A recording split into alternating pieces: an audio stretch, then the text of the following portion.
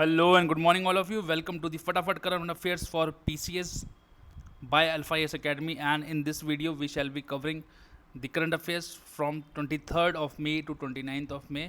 और ये current affairs हमने बनाए हैं सिर्फ PCS को फोकस में रखते हुए, जिसमें कि हम वन लाइनर्स फैक्ट्स कवर करते हैं. तो आइए शुरू करते हैं. पहला जो करंट अफेयर्स है वो है state of inequality in India report. ये रिपोर्ट कौन निकालता है, ये इंपॉर्टेंट है. ये निकालता है economic advisory council to PM, EAC-PM भी जिसको बोलते हैं. स्टेट ऑफ इनइक्वालिटी रिपोर्ट निकालते हैं. Is release by economic advisory council to prime minister. ये हमने लास्ट टाइम भी कवर किया था. देन HD3443, ये कुछ नहीं है, एक वीट की वैरायटी है named Pusa soft wheat 1 HD3443. Then detailed register of biodiversity. अब Kolkata has become first major metropolitan city to prepare a detailed register of biodiversity. Calcutta पहला बड़ा या मेजर मेट्रोपॉलिटन सिटी बना है जिसने कि बोला है कि हम अपनी जो बायोडाइवर्सिटी है उसका डिटेल रजिस्टर बनाएंगे कि भाई वहाँ पे क्या पेड़ हैं, क्या पौधे हैं, कौन से टाइप के हैं, कौन सी स्पीसी के हैं. ये सब जो है बायो रिसोर्सेज जिसको बोलते हैं, इंक्लूडिंग लैंडस्केप एंड डेमोग्राफी, उसको हम एक रजिस्टर बनाएंगे, डिटेल बनाएंगे. ठीक है, तो ये था डिटेल रजिस्टर ऑफ बायोडाइवर्सिटी. कौन बना रहा है? कलकत्ता बना रहा है. Then global travel and tourism development index कौन निकालता है? वर्ल्ड इकोनॉमिक फोरम निकालता है. इंडिया की पोजीशन क्या थी? 54th out of 117 countries. और फर्स्ट पे कौन थे? अपने जापानीज़ भाई लोग, that is Japan. Then first movers coalition steering board, कुछ नहीं है, US and world economic forum ने बनाया है. कुछ नहीं करना है इसमें हमें. जो 7 इंडस्ट्रियल सेक्टर हैं जहाँ पे जिसको डीकार्बोनाइज करना काफ़ी टफ है, उसके लिए हम वर्क करेंगे. इंडिया ने इसको ज्वाइन कर लिया है. ठीक है, तो this was about first mover coalition steering board. Then next is about the Bongo Sagar. Bongo Sagar कुछ नहीं है, ये इंडियन नेवी और बांग्लादेश की नेवी की बायलैटरल एक्सरसाइज है. इस बार पोर्ट मोंगला बांग्लादेश में हुई. ठीक है, तो पोर्ट मोंगला कहाँ है? बांग्लादेश में. देन चाइल्ड अलर्ट कुछ नहीं है, यूनिसेफ की रिपोर्ट है जिसने बोला है, जिसने डिस्कस किया है इशू किसका? चाइल्ड वेस्टिंग का.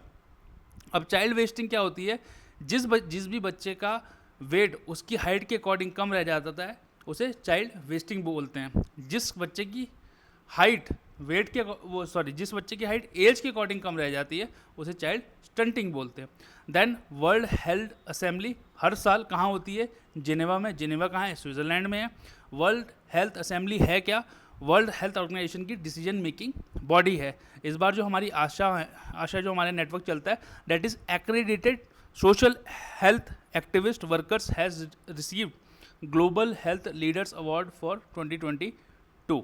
ठीक है, अभी कौन सी वर्ल्ड हेल्थ असेंबली चल रही है? 75th हुई है. इस साल की थीम क्या थी?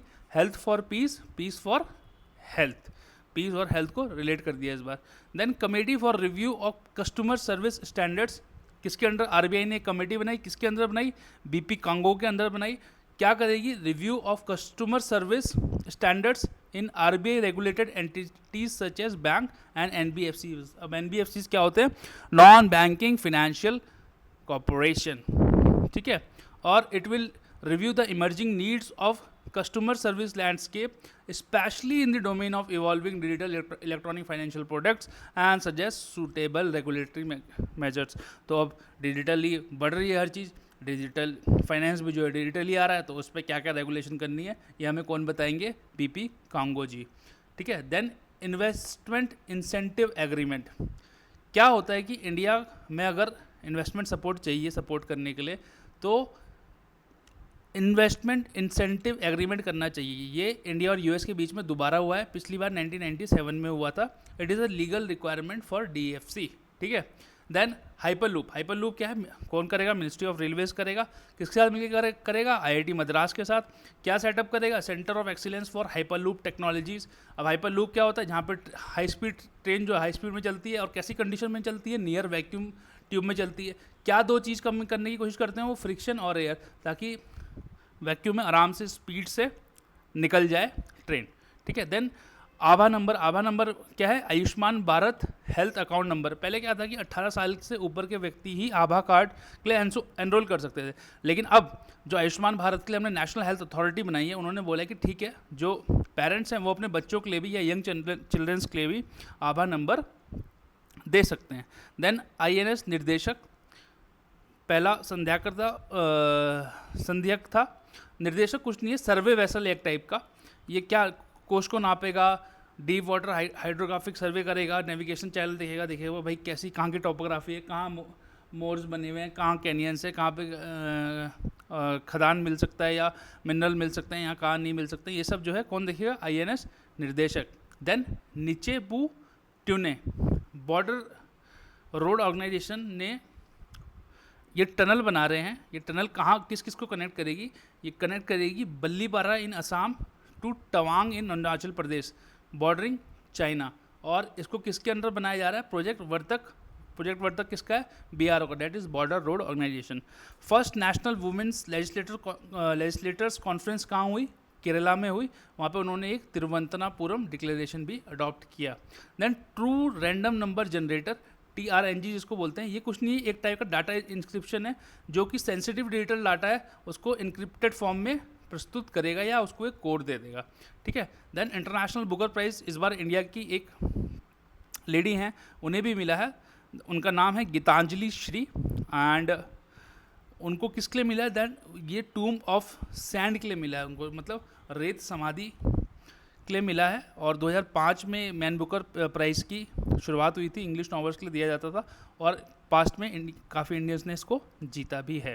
देन कॉम्बैट एविएटर कौन बनी है, कैप्टन अभिलाषा बराक ऑफ हरियाणा। वो है ना, मारी छोरी है क्या छोरों से कम है, तो सही बात है, इसको साबित कर दिखाया है कैप्टन अभिलाषा बराक ने। वो फर्स्ट वुमेन कॉम्बैट एविएटर है इंडियन आर्मी की।